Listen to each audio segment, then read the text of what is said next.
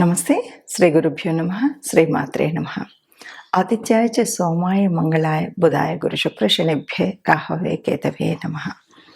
శ్రీమాత శ్రీ మహారాజ్ఞి శ్రీమత్ సింహాసనేశ్వరి చిదగ్నికుండ సంభూత దేవకార్య సముద్యత ఉద్యద్భాను సహస్రాభ చతుర్భావ సమన్విత రాగస్వరూప షడ్జ క్రోధాకారాంకుశోజ్వల శ్రీమాత్రే నమః. మాస ఫలాలు ముఖ్యంగా ప్రతి మాసం చెప్పుకుంటున్నటువంటి మాస ఫలాలు దాదాపుగా చెప్పాలి అంటే తెలుగు సంవత్సరాది ప్రకారంగా చివరి మాసంలో మనం చెప్పుకునేటువంటి మాసం మార్చి నెల. మార్చ్ 2024 గాను మాస ఫలాలు ఎలా ఉన్నాయి అంటే గోచార రీత్యా ఇవి గ్రహాల మార్పు వల్ల, గ్రహాల కలయిక వల్ల, గ్రహాల దృష్టి వల్ల మనం చూసుకునేటువంటి అంటే జన్మ కుండలిలో ఉన్నటువంటి మన జాతకం కాకుండా ఈ గోచార రీత్యా జాతకం. గోచారానికి దేనికి మనకు ఉన్నటువంటి తేడా తెలిసిందే. మనం ఇది ముఖ్యంగా చంద్రుడి నుండి చూసుకునేటువంటి ఫలితాలు. ఈ ఫలితాలు మనం చూసుకోవడం అంటే జన్మజాతకానికి దీనికి తేడా ఉన్నప్పుడు చూసుకోవడం ఎందుకు అని అంటే మనం మళ్ళీ మళ్ళీ చెప్పుకుంటాం, పదే పదే చెప్పుకునేటువంటి మాట ఏంటంటే ఏదైనా సరే కొంత అంటే కనీసం 30-40% ఆఫ్ ద గ్రహస్థితి గోచార పరిస్థితి వల్ల మనకు ఎఫెక్ట్ ఉంటుంది. కాబట్టి మనకి ఉద్యోగరీత్యా, వ్యాపారం, వివాహం, సంతానం, అదృష్టం, దురదృష్టం ఇలా అనేక అంశాల్లో ముందు జాగ్రత్తగా లేదు మనం ఏదైనా సరే నష్టపోయే పరిస్థితి నుండి తట్టుకోవడం కోసం ఈ పరిస్థితి బాగాలేదు, పెట్టుబడులు పెట్టకూడదు, ఇలాంటి విషయాలు మనం తెలుసుకోవడానికి వీలుగా ఉంటుంది. కాబట్టి మనం ఈ గోచార రీత్యా ఉండేటువంటి ఫలితాలని ప్రతి మాసం ప్రతి పక్షాన్ని చెప్పుకుంటూ ఉన్నాం. అందుకను మొదట మార్చ్ 2024 ఇందులో ఉండేటువంటి గ్రహస్థితి ఎలా ఉంది. ముందుగా గ్రహస్థితి మారుతున్నటువంటి గ్రహాల యొక్క స్థితిని బట్టి మనకు ఆ కొంతకాలం గ్రహాల యొక్క మరి అవి వాటి చలనాన్ని బట్టి మనకు అంటే కొన్ని నెలకు ఒకసారి మారేటువంటి గ్రహాలు ఉన్నాయి, 2.5 రోజులకు మారేటువంటి చంద్రుడు ఉన్నాడు, అలా కాదు 18 నెలలకు మారేటువంటి రాహుకేతులు ఉన్నారు.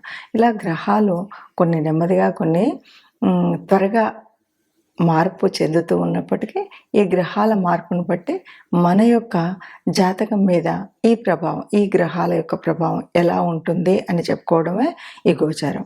ముందుగా మరి మార్చ్ నెలకు గాను ఎలా ఉంది అంటే మీనంలో 7వ తారీఖు నుండి అంటే బుధుడు వచ్చి చేరుతాడు. అంటే అంతవరకు కుంభంలో ఉన్నటువంటి బుధుడు 7వ తారీఖు నుండి మీనంలోకి వస్తాడు. మేషంలో గురువు ఉన్నాడు, కన్యలో కేతువు, ఇక కుంభంలో శని. ఈ కుజుడు ఎవరైతే ఉన్నారో మకరం నుండి కుంభంలోకి మారుతాడు 16వ తారీఖు నుండి. శుక్రుడు 7 నుండి కుంభంలోకి వస్తాడు. తర్వాత రవి 15 నుండి మళ్ళీ కుంభంలోకి. అంటే వీళ్ళంతా కూడా మకరం నుండి కుంభంలోకి మారుతున్నటువంటి స్థితి. ఇలా గ్రహాలు మారుతున్నప్పుడు తెలియకుండానే ఇప్పుడు రవితో పాటు కుజుడు చేరడం, ఇక్కడ కుజుడు కొంచెం లేకపోతే శని రవితో ఇంతవరకు ఉండడం, వీటి వల్ల ఏంటంటే ఆ రవి ప్రభావం వల్ల కొంత అస్తంగత్వం చెందడం అనేటువంటి జరుగుతుంది. దీనివల్ల ఆ గ్రహాన్ని యొక్క స్థితి ఎలా ఉంటుంది. అట్లాగే ఈ నెలలో మనకి చూస్తే కనుక అమావాస్య 9వ తారీఖు ఉంది, అంటే 25 పౌర్ణమి. ఈ నెలలో ఈ పరిస్థితి ఉంది.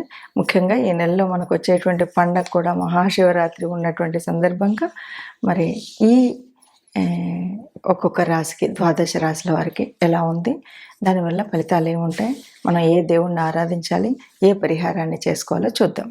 గోచార ఫలితాలు మనం చెప్పుకునేటప్పుడు నిజానికి దినఫలాలు చెప్పుకుంటాం, పక్ష ఫలాలు చెప్పుకుంటాం, వార ఫలాలు చెప్పుకుంటాం, పక్ష ఫలాలు చెప్పుకుంటూ ఉంటాం.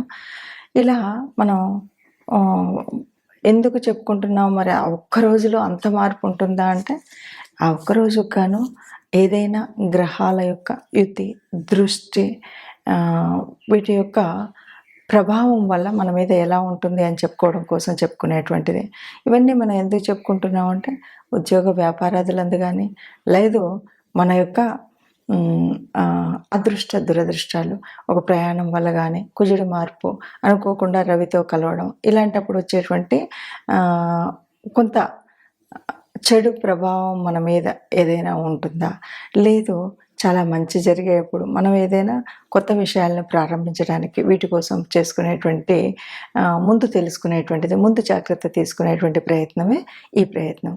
ఇట్లా మార్చి నెలలో మరి మార్చి 2024 గాను 1వ తారీఖు నుండి 15వ తారీఖు వరకు ఉండేటువంటి గ్రహస్థితి ఎలా ఉంది అని చెప్పుకుంటే, ముఖ్యంగా చెప్పుకోవాలి అంటే మీనంలో ఇప్పటివరకు ఏ గ్రహం లేదు, కానీ 7వ తారీఖు నుండి బుధుడు వచ్చి చేరుతాడు.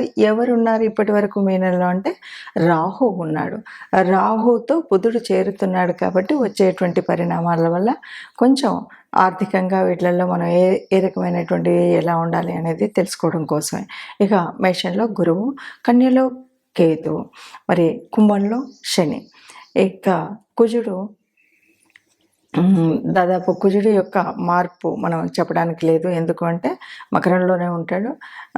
కుంభంలోకి ఒకరోజు చివరి రోజు 15వ రోజు వరకు ఉన్నాడు. ఆ సాయంత్రం అంటే కుజుడు మనకి చివరి లాస్ట్ రోజు కుజుడు మార్పు. శుక్రుడు 7వ తారీఖు కుంభంలోకి వచ్చి చేరుతాడు. రవి కూడా చివరి రోజు మకరంలో నుండి కుంభంలోకి చేరేటువంటి పరిస్థితి. ఈ నెలలో మనకి అంటే ముఖ్యమైనటువంటివి ఏది చూడాలి అంటే మొదటి పక్షంలో చూస్తే కనుక అమావాస్య మాత్రం ఉంది. అలాగే శివుడి యొక్క దినమైనటువంటి శివరాత్రి మనకు మొదటి పక్షంలో కనిపించేటువంటి మార్పులు చేర్పులు. ఇలా ఉన్నటువంటి గ్రహ పరిస్థితుల్లో మరి ద్వాదశ రాశుల వారికి ఎలా ఉంటుంది, ఒక్కొక్క రాశి వారికి ఆర్థికంగా, వ్యాపారపరంగా, లేదు ఉద్యోగపరంగా, సంతానపరంగా, వివాహపరంగా ఏ ఏ రకమైనటువంటి పరిస్థితులు ఉంటాయో చూద్దాం. తదుపరి రాశి కర్కాటక రాశి. కర్కాటక రాశి వారికి ఎలా ఉంది అంటే గురుబలం బాగా ఉంది. గురుబలం 10లో ఉంది కాబట్టి ఎన్ని ఇబ్బందులు వచ్చినా, ఏ రకమైన కష్టం వచ్చినా గట్టిగా నిలబడి ఉండేటువంటి శక్తి అయితే వీరికి వస్తుంది. అలాగే ధనస్థానాన్ని చూస్తుంది కూడా ఈ గురువు కాబట్టి ధనం అంటే ఆర్థికంగా బాగుంటుంది, చక్కగా ఉంటుంది. ఏదైనా అగ్రిమెంట్ విషయాల్లో కొద్దిగా శుక్రుడు కూడా ఉన్నటువంటి పరిస్థితిని బట్టి కొద్దిగా జాగ్రత్త తీసుకోవాలి. శని కుజుల మధ్య ఇప్పుడు శుక్రుడు ఎంతసేపు శని కుజులు వీళ్ళ మధ్యలో నుండే ప్రయాణం చేస్తున్నాడు కాబట్టి కొద్దిగా మనం ప్రయాణాలు చేసేటప్పుడు జాగ్రత్తగా ఉండడం మంచిది. తల్లి ఆరోగ్య విషయంలో కూడా జాగ్రత్తగా ఉండాలి. సంతానం విషయంలో ప్రయాణాలు చేస్తున్నప్పుడు కూడా జాగ్రత్తగా ఉండాలి. సంతానాలు వారి యొక్క చెడు స్థితి కలిగేటువంటి అవకాశం ఉంటుంది కాబట్టి జాగ్రత్తగా ఉండాలి. ఎవరైనా వివాహ ప్రయత్నాలు చేయాలనుకుంటే మొదటి వారంలో ఇది చాలా మంచి ప్రయత్నం జరుగుతుంది. తర్వాత అష్టమంలో శని కుజుల ఇద్దరి యొక్క సంబంధం ఏర్పడుతుంది కాబట్టి ప్రాపర్టీస్ ఇలాంటివి ఉన్నప్పుడు మాత్రం కొద్దిగా జాగ్రత్తగా అంటే ఏవో చిక్కుల్లో పడకుండా ఉండాలి. మనం ఏదో అనుకోని మనం ఎక్కడైనా సంతకాలు పెట్టడం కానీ, మన ప్రాపర్టీ ఎక్కడైనా కొనుక్కుంటే దానికి సరిహద్దులు అవి సరిగ్గా ఉన్నాయా లేవా ఇవన్నీ కూడా చూసుకోవాలి. పూర్వీకుల ఆస్తులు కూడా మనకు ఆ విషయంలో కూడా జాగ్రత్త. అంటే ఎప్పుడో ఎవరో మన తాత ముత్తాతలు మన పేరు మీద పెట్టారు, నాన్నది మనకు వస్తుంది అని మనం అనుకున్నాం. ఇలాంటి పరిస్థితుల్లో ఇది ఎవరో తన్నుకు పోయేటువంటి పరిస్థితి ఉంటుంది కాబట్టి అలాంటి విషయంలో జాగ్రత్తగా ఉండాలి. అట్లాగే ఇష్టపడిన వారిని వివాహం చేసుకోవాలంటే మాత్రం కొంత ఆలస్యం అవుతుంది. ఈ విషయంలో కూడా అనుకున్నంత వేగంగా ఈ ప్రయత్నం జరగదు. మొత్తంగా చెప్పాలి అంటే ఇక్కడ మనకి శుక్రగ్రహ యొక్క ఆరాధన అయితే మనం మర్చిపోకుండా చేసుకోవాలి. అలాగే ఇష్టదేవత ఆరాధన కూడా చేసుకున్నట్టయితే ఈ ఇబ్బందులు కొంతగా తగ్గించగలిగిన వాళ్ళం అవుతాం. చూశారు కదా మరి ఇప్పటి వరకు ఉన్నటువంటి గ్రహస్థితి ఇలా ఉంది కాబట్టి మరి మనం ఇలా ఉన్నటువంటి గ్రహస్థితిలో ఏదైనా పరిహారాలు చేసుకోవాలి అంటే ఏం చేయాలి దీనివల్ల? ఎందుకంటే దాదాపుగా మనం చెప్పాలి అంటే ఒక మాట చెప్పొచ్చు. ఎప్పుడూ కూడా ఈ గ్రహాల యొక్క ప్రభావం మన మీద ఎలా ఉంటుంది అంటే సహజంగా మన పూర్వపుణ్య ఫలితంగానే ఈ గ్రహాల యొక్క పరిస్థితి అంటే గోచారరీత్యా మారుతున్న జన్మజాతకంలో ఉన్నటువంటి గ్రహాలు కానీ ఇప్పుడు మనకు అంటే ఏళ్ళనాటి శని, అర్ధాష్టమ శని, ఇవన్నీ అష్టమ శని ఇవన్నీ కనిపిస్తూ ఉంటాయి కదా. ఇవన్నీ ఎందుకు ఉంటాయి ఏమిటి అంటే ముఖ్యంగా మనకు మన యొక్క కర్మఫలం వల్ల. ఇప్పుడు మరి ఈ మాసంలో ఈ ఉన్నటువంటి ఫలితాలు, ఈ ప్రభావం నుండి ఎలా తట్టుకోవాలంటే, ముఖ్యంగా మనం చేయవలసినటువంటి పరిహారాలు ఏవైనా ఉన్నాయా అంటే, అన్నింటికి మించినటువంటి పరిహారం ఒక్కటి నిత్య దేవత ఆరాధన మరవకుండా చేయడం. ఇక రెండవది మనకున్నటువంటి రాహు, కేతు ఈ 2 గ్రహాలు కూడా కొంత ఇబ్బందిని కలిగించేటువంటివే. వాటితో వచ్చినటువంటి ముఖ్యంగా మనకు రాహుతో బుధుడు కలవడం వల్ల వచ్చినటువంటి పరిస్థితి ఏమిటి అంటే, బుధుడు అంటేనే మన యొక్క తెలివితేటలను ఎక్కడ ఎప్పుడు ఉపయోగించాలి అని ఉపయోగించే విధంగా మనకు మార్గదర్శనం అవుతుంది. అలాంటప్పుడు కొద్దిగా తీసుకునే నిర్ణయంలో అటు ఇటు ఉన్నప్పుడు కొన్ని ఇబ్బందులు కలుగుతాయి. ఆ ఇబ్బందులు కలగకుండా ఉండాలి అంటే సక్రమమైన నిర్ణయం తీసుకోవాలంటే, ఎందుకంటే పెట్టుబడులు పెడతాం. ఈ పెట్టుబడులు కనుక సరిగ్గా పెట్టకపోయినట్టయితే తీవ్రమైనటువంటి ఆర్థిక నష్టం వచ్చేటువంటి పరిస్థితి ఉంటుంది. కాబట్టి అలా రాకుండా ఉండాలి అంటే తప్పనిసరిగా రాహు కేతువుల యొక్క, ఎందుకంటే బుధుడి యొక్క స్వక్షేత్రంలో కేతువు ఉన్నాడు. బుధుడు ఇప్పుడు ఎక్కడున్నాడో అక్కడ రాహు ఉన్నాడు. ఈ రాహు కేతువుల మధ్యలో నలిగిపోయేటువంటి పరిస్థితి రాకుండా ఉండాలి అంటే తప్పనిసరిగా రాహు కేతువుల ఆరాధన చేయవలసినటువంటి పరిస్థితి దాదాపు ఈ 15 రోజులు అందరూ చేస్తే మంచిది. ఎందుకంటే బుధుడు అనేవాడు అందరికీ ఏదో ఒక చోట బుధుడు ఉంటాడు. కాబట్టి బుధుడు అనేటువంటి వాడు వ్యాపారానికి, మాట తీరుకి, ఒక ఆలోచన పద్ధతికి ఉంటాడు. కాబట్టి ఈ పరిస్థితిని మనము రాహుకేతువులకి దీపారాధన కానీ, రాహుకేతువుల జపం చేసుకోవడం కానీ, మంత్రం ఉచ్చరించడం కానీ చేస్తే మంచిది.